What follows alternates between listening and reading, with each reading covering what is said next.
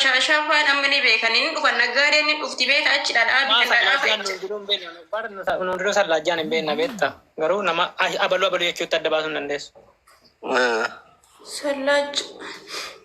Laayisumni koo achi magaalatti irra saayii tokko walakkaa isaati. Amma jarumayyuu lubbuun hin jiranii isaaniitu hin beeku jechuudha. Amma isaan achi ni jiranii garuu lubbuun jiraatu. Ani Dubaay hin jira. Rabbi si argisiisa. Inni argatta bakka amma si barreessiti ijoolleen keessa warri naannoo sana. Ijoolleen keeraa sallaajaa barreeffadha. Sallaajadha. Aanaan naannoo sanii geeraa jedhamoo maal jedhama? Aanaan geeraadha hundaafuu. Abdi sallaajadha.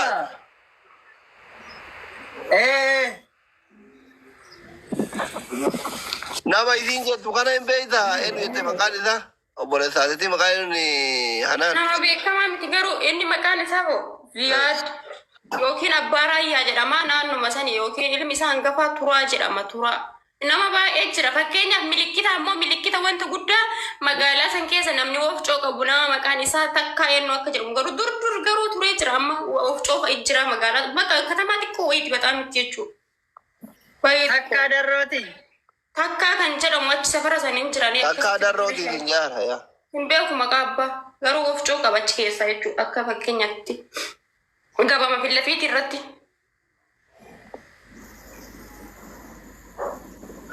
Abdi hin beektaati takkaa kana.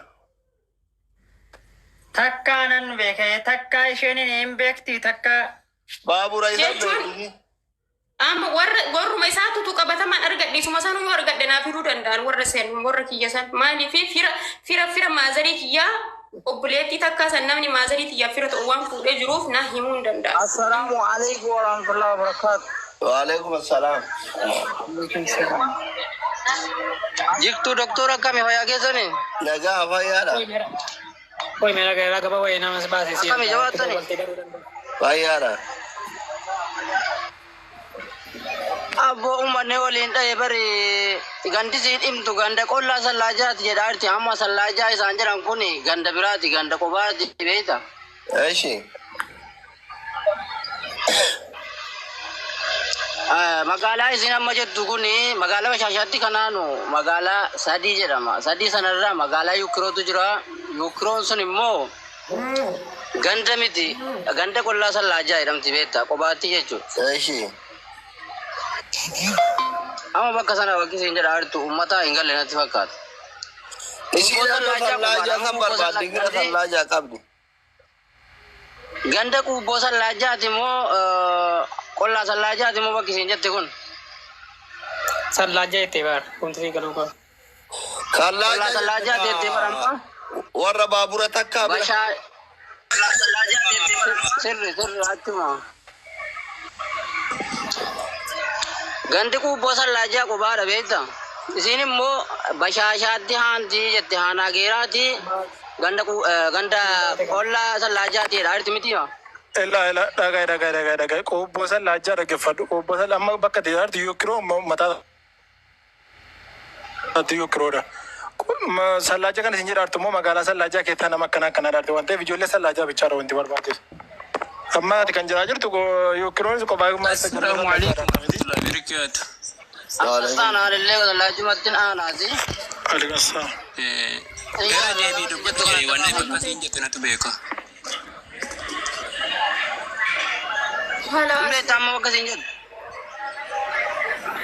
Booda irra seenee sasiin sallaajaa jettu qollaa sallaajaati moo sallaajaa qubbooti kanatiin jettu. Ilaa sallaaja qobbooti miti qollaa sallaaja qollaan sallaaja kun iyyuu achi baadiyyaa keessa garuu kun Naasootti dhiyoodha bar qollaadhuma sallaajaati bari. Achitti dhalatte qollaa sallaajaatti dhalatte. laa harmee kooti laan asidha. Harmee koota achitti dhalate. Meekeetti qollaa sallaajaati. Eeyyan qollaa sallaajaati achi magaalaan jara amma naasoo siin jedhu kan isa Bashasharra yeroo deemte dhuftu isa daga kana ceetee lukaan deemtee magaalaa kan deemte garuu biluu jedhama natti fakkaate amma dagadheera garuu magaalaan sun biluu moo maal jedhama? Biluuni gara deebiiti. Naasoota jettu nan beeka qollaa sallaajaatti nan beeka. Ijoolleen jiranus nan beeka nama sana siifan fida. Yoo akka carraa jedhanii beekan eessuma kee kana Era kubboo sallaajjaati jettus kubboo sallaajjaa jettus nan beeka qollaati jettus nan beeka qollaan yeroo deemu qolla bashaashaa darbitee bashaashaa keessan karaa lafaatiin kanatti hidhattu jira sadii irra gommaan keessa baatee gommamu maal jedhan bakka bunni hedduun jiru san keessan baatee achumarraan deemtee deemta. Natti sitti ni maa jira gommaa jechuun beekta bashaashaadhuma sana keessa baatee irratta. Sadi bashaashaadha yeroo kaati wataaddarii jedhama wataadariidhaan dabama yookaan immoo sadiidhaan isin dabama bakka daruuraan naqama qollaan sallaajja naasoodhaan isin naqama bildiimaadha billuutuun taane bildiimaadhaan isin naqama nan beekas sallaaj qollaa sallaajjaa nan beeka kubboo sallaajjaa jedhamu nan beeka. Amma mucaa eessuma kee kana maqaan eenyuun si haa himanii barbaadanii si haa fidanii hanaan.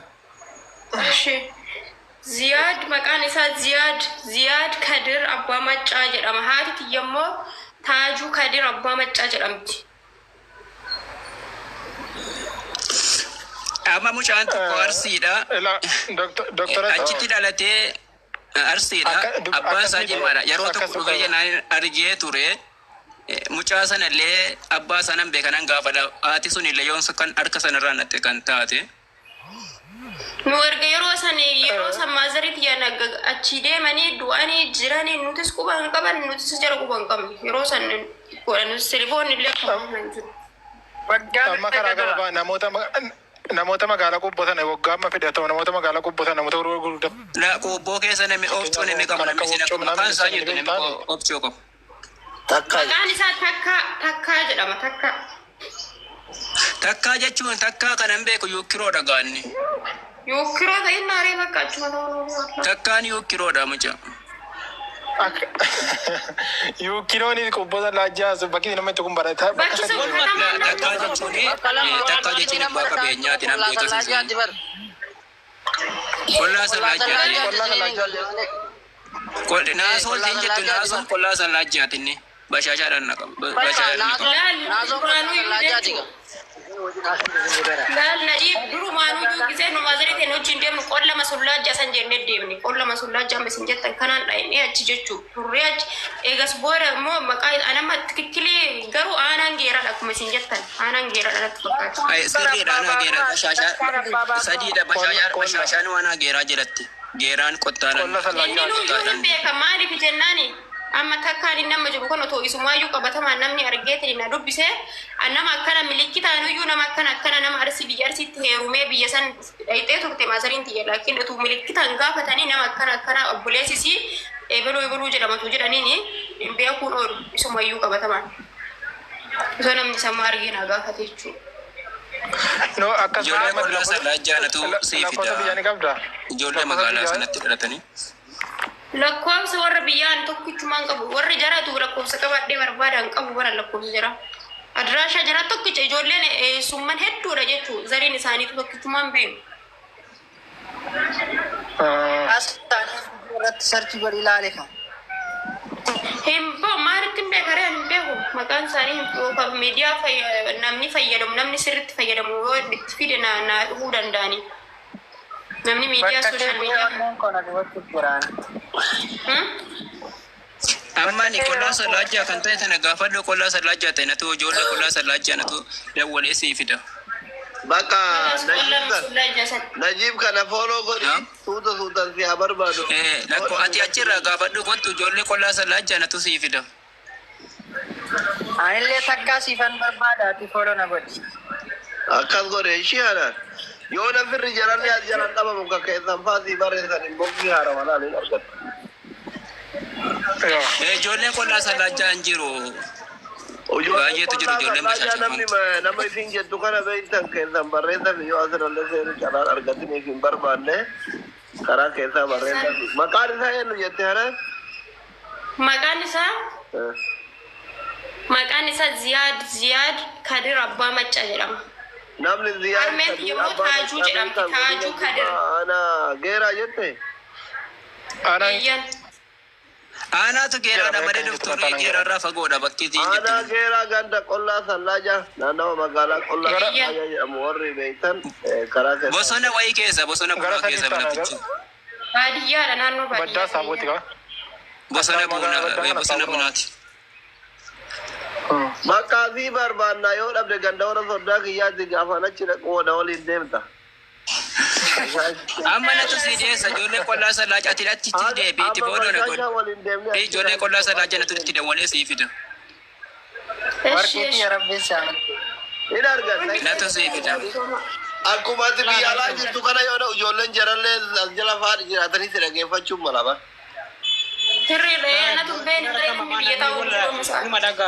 Amma dhugaa rabbi shamarran keenya iddootti arsii kanatti ilmaan horatanii achirra boodarra adda ba'anii galu.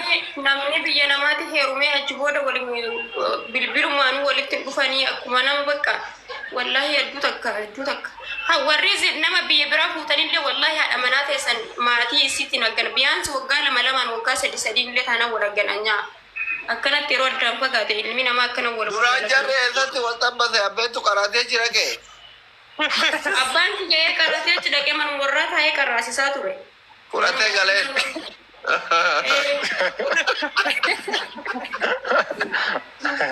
Arsiin hin jiru amma naannoo siin jettu sana naannoo sallaajaa siin jettu sana arsiin hin jiru kan dur yeroo dargii dhufan. Bare ina bakka badi woman taatu ijoolleen please warri naannoo isin jettu kana beektan ijoolleen naannoo sanii warri Dubaay kana Saudi kana jirtan keessan barreessa fi ol qunnamsiisa. Ani lakkoo jara si ergaa qoy jedhumaan wal si qunnamsiisa ijoollee san. Eshi ani siniifin deebisaa jiru. Takka ati jettu ijoollee beekantu jira takka ijoollee beekantu jira isaan deesiifin fiichitiidha onni kan inni beeku ta'e. Hayyee bakka isumaayyuu na dhiyeessinaa hin argadhan achiran maaliif jennaan maatii. Malki ati takka nanan jedhu kuni magaala wayiiti furdaadha. Malki isa argitee beekta. Ani beeku rabbi jechaan malee yaani jechuun biyya akkasuma saniif Obcoo hedduu qaban abbaa qabeenyaatiin. Taaju dhagaye karaa gabaabaa amma keetaan siyaa dubbistu fakkeenya namoota naannoo sana adeessu taaju amma itti kana kaasee dhiyeessuu fi dandeessu waan ta'eef karaa gabaabaa akkasitti. Manni jaraa laali magaalama xiqqoo tana bara magaalama keessa baadiyyaa miti obboleessi mazarii Amma guddateedha bara kaleessa ijoollee jiraatiin hin haasa'u lemma babiraatiin nutti hidhameera dhiyoo kan amma kana ijoolleen natti. Injir duraan injir amma babiraatiin Atu guddattee biyya alaa baatee fi. Ati ka magaalaa kana hunda beektu maaliif datteen sonne koo qaamaan? Ani sun dhugaa rabbi laal asli ani duraan jechu gizeen ani maazarii tiyya silaa deemee hin barbaade jedhutti maazariin tiyya dhukkubsattee turte dandeetteen deemtu hin deemnu osuma jennu ani egas booda harmee yaalee uummata akka isiin fayyita jedheetiin bira Dubaay dhufu jechuun gara biyya kanaa achi booda kan isiin kiraa deemte mata. Amirii taate. Yeroo sanitti hin jirti. Abshira te amma seefida gaafa deemuudha itti utuma deemuudha itti guyyaa tirattu guyyaa sanyooti adda dureema maal jedha guyyaa sana deemta guyyaa sun gabaadha achitti argita uummata. Sanyoon miti gabaan jara sanyoo miti bara oodiidha amma bashaashaadha kan isaan naqan. Achitti argita. Amma abbaan itu geeraadha moo haadha geeraadha amma? Harmee. Haadhatu geeraadha. Amma eessuma barbaadaa jirtu miti ati. Maatii beesii waan ta'e barbaadaan maatii argittii arguu barbaada argachuun barbaada.